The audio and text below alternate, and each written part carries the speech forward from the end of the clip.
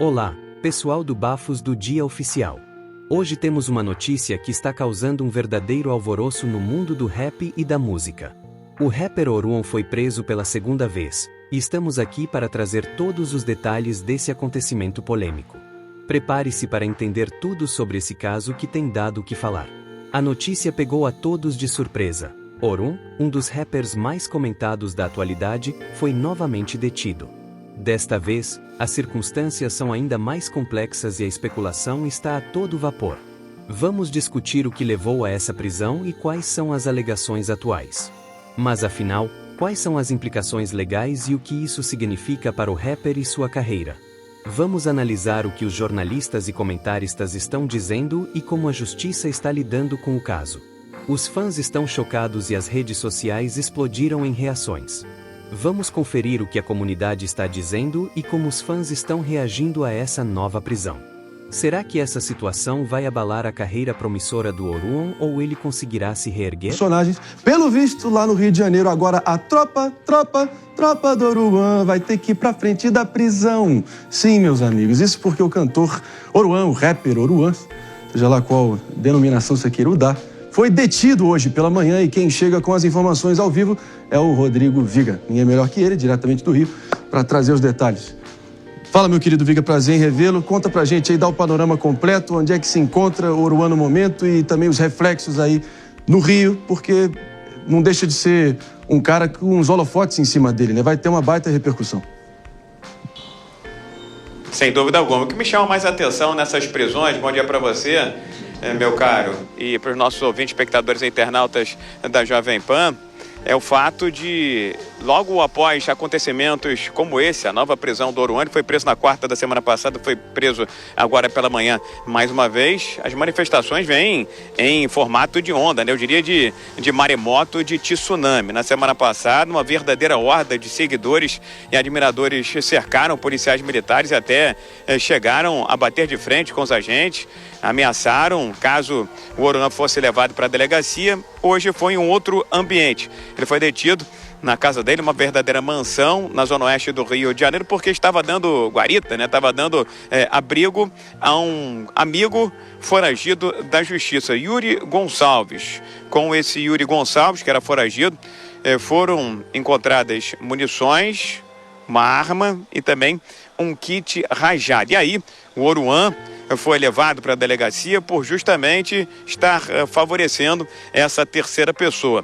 Pessoas próximas disseram que o Yuri foi para a casa do Oruan, essa mansão na zona oeste do Rio de Janeiro, para jogar videogame na terça-feira. E o Oruan alega à polícia do Rio de Janeiro que não sabia que o amigo estava com esse kit rajado, com as munições, com a arma de fogo, e muito menos que era um foragido da justiça. Mas a polícia foi até a casa do Oruan para cumprir mandados de busca e apreensão por conta de um outro episódio que tinha acontecido, viu, amigos ouvintes, espectadores e internautas da Jovem Pan, no ano passado, aí em Igaratá, em São Paulo. Ele pegou uma calibre 12 e começou a fazer, dentro de um condomínio, disparos aleatórios, disparos a esmo. Isso gerou a abertura de um inquérito em Santa Isabel, aí em São Paulo, e a partir dessas investigações, a Justiça de São Paulo determinou o cumprimento de mandado de busca e apreensão contra o Oruan e contra a mãe dele, a Márcia Nepomuceno, esposa do Marcinho VP, um dos maiores traficantes de drogas do país. Ele que está preso desde 1996 em um presídio federal, acusado de ser um dos principais traficantes do Brasil e ligado à principal facção criminosa aqui do Rio de Janeiro. Claro que sempre há essa mobilização, essas manifestações. Na semana passada, o Oruan foi preso ao tentar escapar, fugir de uma blitz na zona oeste da capital. Como eu disse, logo, rapidamente, admiradores, seguidores se formaram no local da detenção. Ele foi conduzido para uma delegacia na zona oeste do Rio de Janeiro. Fiança foi estabelecida, salvo engano, vou fazer uma matemática aqui de cabeça, acho que na casa dos 60 mil reais, 40 salários mínimos, pagou e foi para a rua. E uma semana depois, ou seja, nesta quarta-feira, foi preso novamente porque estava dando suporte, guarita, a um amigo foragido da justiça. Meu camarada. Viga, inacreditável. A gente agradece demais aqui a sua presença com as informações diretamente desse caso aí que vai dar o que falar. Obrigado, Viga. Meus amigos, agora, enfim, a gente descobre que, pelo visto, tem mais coisas em comum entre o Oruan e o pai psicopata dele, ex-chefe do Comando Vermelho, Marcinho VP. Além deles abrigarem e morarem no mesmo imóvel com bandidos, agora ambos estão presos. Claramente, é um desfecho até previsível pela toada que o Oruan estava seguindo. E é aquilo, né? Quanto mais alto na montanha, mais forte o vento. Quanto maior a exposição, maior vai ser também a cobrança e a fiscalização. É da vida. E acabou desaguando nisso e claramente tem um erro e um crime aqui no meio. Aninha. Marinho, eu acho que tem duas coisas que esse episódio nos mostra e que são bastante preocupantes. A primeira é que, se você analisar as imagens da prisão, ele até esmiuça um sorriso. Por que será? Pois é, eu não sei se ele tá com saudades do pai, o que é, mas o cara, ele está sendo preso e ele parece estar sorrindo, o que é muito louco. Mas o pior de tudo pra mim é que a gente tá num momento da nossa sociedade de tantos distúrbios que tem gente defendendo. Tem gente que está dizendo e defendendo que imagina que isso é uma perseguição porque ele é famoso. Que isso é uma perseguição porque ele tem uma família que tem um histórico de crimes, mas que ele conseguiu vencer por conta própria, então agora ele é perseguido, porque ele de alguma forma combate a sociedade como ela é. O sistema, é essa palavra que eu queria. Ele combate o sistema. Mas não, gente. Ele está sendo preso porque ele está abrigando criminosos, porque ele está utilizando indevidamente armas de fogo. Não deveria haver qualquer discussão na sociedade se isso é motivo de prisão ou não, porque está na lei. E a gente reclama tanto de impunidade que a gente não pode deixar narrativas como sou contra o sistema e é por isso que eu estou sendo perseguido, deixar prevalecer. Tem que estar preso, tem que estar preso. E eu espero que não seja mais uma música que ele vai lançar. Não, exato. E claramente esse sorriso cínico que ele esboçou ali, claramente é porque provavelmente é réu primário e algum juizão por aí, que provavelmente ganha um salário de 6 dígitos, vai ficar muito comovido e logo menos já vai estar soltando o Oruan de volta para o convívio. Sinceramente, eu aposto com quem quiser que provavelmente esse será o desfecho, mas também a minha opinião quero ouvir dos meus pares. Mano. Marinho, eu acho que tem uma reflexão que esse caso do Oruan pode nos ajudar a fazer sobre a sociedade de uma maneira geral em relação aos filhos de preso. E como muitas vezes a prisão e o relacionamento interrompido do pai com o seu filho gera um vácuo de formação, no sentido de que, como todos nós sabemos, os pais são sempre referências essenciais de formação de valores das pessoas. Quando a gente está falando de uma família cujo pai é literalmente um líder do crime organizado, um psicopata que fez tantas atrocidades como o Marcinho VP, a gente precisa se perguntar, como sociedade, como nós podemos tratar dos filhos desses presos quando são crianças. Porque a chance da pessoa ter uma idealização da figura do seu pai preso, com quem ele não tem contato verdadeiro, é muito grande.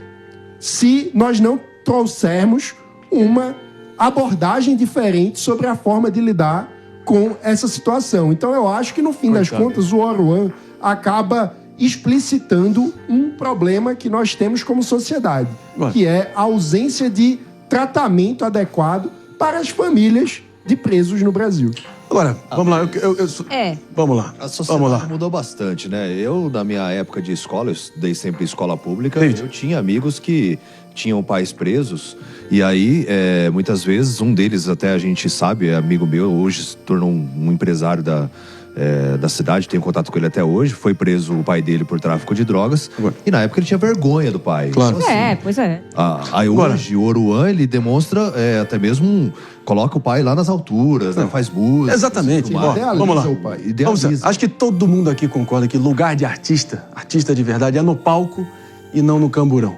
Mas se você quer realmente ser um exemplo para a juventude brasileira, que é completamente carente, largada de ídolos, referências, heróis, um mínimo de acolhimento e perspectiva, eu acho que você tem que ser pelo trabalho, pela superação e pelo seu valor artístico, e não por reverência e idolatria a facções criminosas, a propaganda gratuita para criminosos que deixaram um rastro de morte e destruição por onde passaram. É aqui que mora o cerne da questão, na minha humilde opinião, mas quero ouvir do PP e do Mano também. Se eu puder aprofundar só um pouquinho, PP, antes de você falar, o meu ponto é o seguinte: os filhos de presos são também alunos de, muitas vezes, de escola pública, são pacientes de posto de saúde, muitas vezes são pessoas que são atendidas pela nossa rede de assistência social. Ok. No Brasil, nós não temos uma integração devida desses serviços públicos para tentar dar um tratamento diferente para essas pessoas, para que não idealizem o crime como se fosse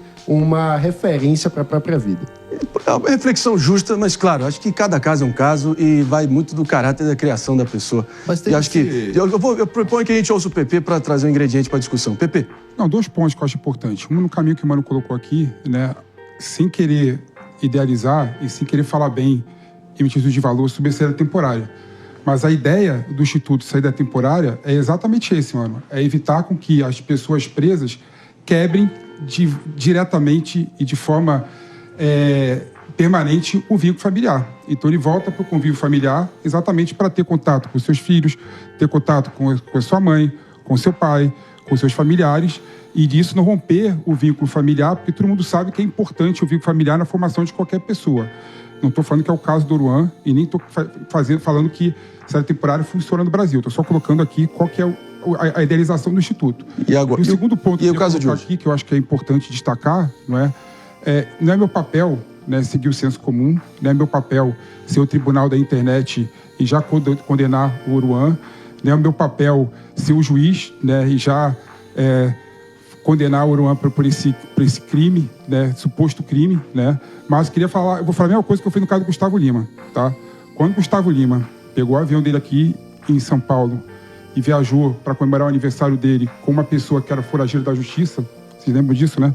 Eu falei que a acusação contra Gustavo Lima era injusta, porque eu não sabia se o Gustavo Lima tinha alguma noção que aquele amigo dele tinha mandato de busca de prisão contra ele. Eu não sabia se ele sabia o grau da acusação que tinha contra aquela pessoa. E da mesma forma, eu falo sobre o Oruan, não é? Sem o devido processo legal, sem a investigação da polícia, não dá para a gente saber que o Oruan estaria abrigando de forma proposital esse amigo dele da justiça. Não dá pra gente saber, não dá pra gente afirmar isso. E outro ponto, calma, e outro ponto, como favorecimento pessoal é um crime de menor potencial lesivo, o Oruan não vai ficar preso e nem tem que ficar preso, não é?